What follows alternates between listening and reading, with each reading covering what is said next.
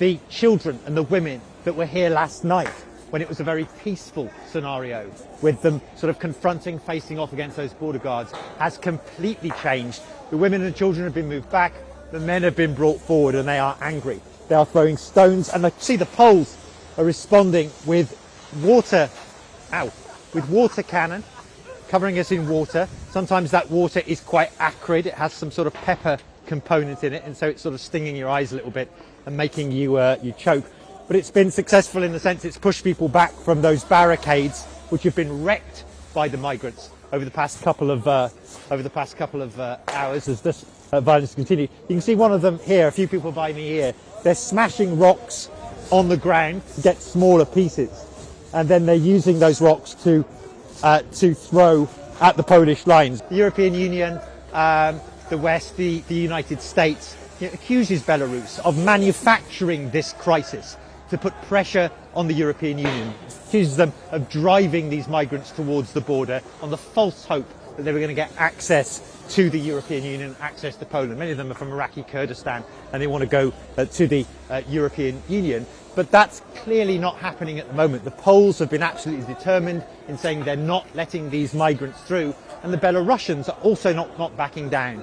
And so what we've got is a situation where these thousands of migrants, very frustrated, living in awful conditions in these camps that have very little facility in terms of facilities, and the weather's getting increasingly sort of freezing. They're frustrated, they're angry, and they want their situation to be resolved. And there are also rumours swirling over the past 48 hours around the camp where the refugees have been located. Let's go a bit closer over here to where these people are.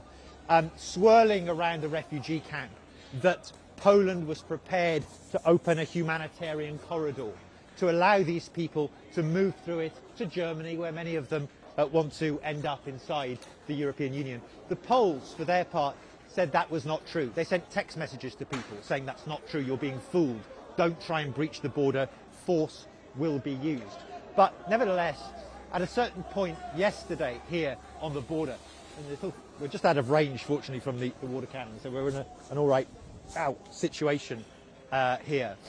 But at some point, the refugees had enough, and all at once, hundreds, if not all of them, a couple of thousand, got up, packed their things, put them in a bag, and marched here towards the actual official checkpoint, where they hoped they were going to get through, but they were greeted instead with this determined response by the Polish security forces, border forces, who have said they will not back down and they will not let these migrants through.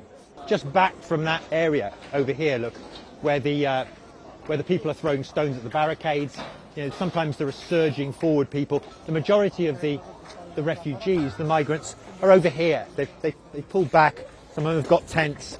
There are women and children through here as well, living in these very poor conditions. They're sitting on the tarmac. Some of them don't have any kind of shelter at all. So some tents here, but not everyone's got one. And so we're looking at very bleak conditions for these people. The majority of them that we've spoken to are from Iraq. They're from Iraqi Kurdistan. But we've also seen people from Cameroon. Where are you from? From Iraq? Iraq. Kurdistan.